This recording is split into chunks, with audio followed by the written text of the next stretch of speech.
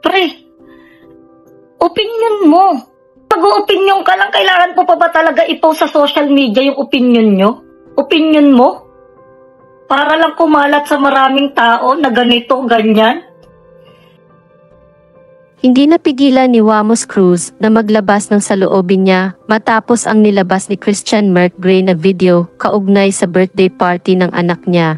Isa-isa niyang sinagot ang mga naging pahayag ni Merck kaugnay sa anyay na pansin niya sa party. Nilinaw ni Wamos na kaya gabi sila nagparty ay dahil bukod sa hindi available ang venue, iyon daw ang gusto nilang oras. Dagdag pa ni Wamos patungkol sa reklamo ni Merck na matagal silang nag-antay sa labas ng venue.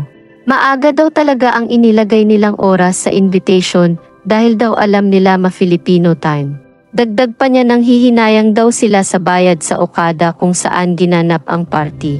Humingi din ng tawad si Wamos sa part na yun. Sinagot niya rin ang sinabi ni Merck na ginawa nilang talent show nila ang party ng anak nila. Isa-isang sinagot ni Wamos Cruz ang mga naging pahayag ni Christian Merck-Gray kaugnay sa ginanap na birthday party ng anak nilang si Meteor. Git ni Wamos, hindi naman na daw kinailangang ilabas pa sa social media ang opinyon ni Merck dahil pwede naman daw siyang i-message. Kaugnay naman sa sayaw ni Antoinette Gale, masaya daw si Wamos dahil doon lang daw niya nakita si Antoinette na sumayaw ng ganun. Ang mahalaga daw ay naipakita nila ang pagpapahalaga nila sa anak sa pamamagitan ng kanilang pagbabahagi ng kanilang talento. Anya, taliwas sa pahayag ni Merck ay hindi naman tulog ang anak niya noon dahil gabi na.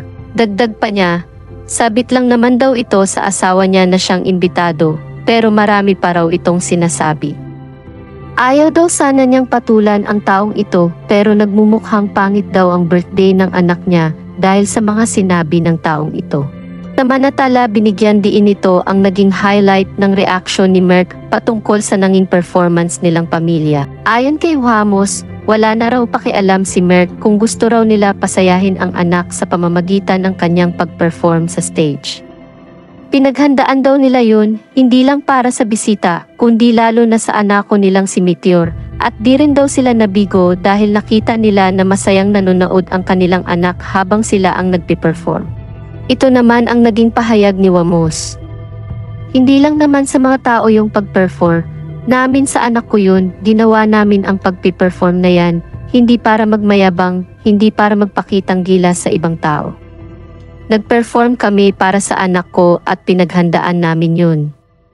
Hindi lang kami basta kung ano-anong pinaggagawa namin. Sa dulo sinabi ni Wamos na siguradon daw silang nag-enjoy at masayang umuwi ang mga bisita nila lalo na ang mga bata dahil pinaghandaan talaga daw nila ang kanilang papremyo kagaya ng cash, bike, pangkabuhayan showcase at iba pa.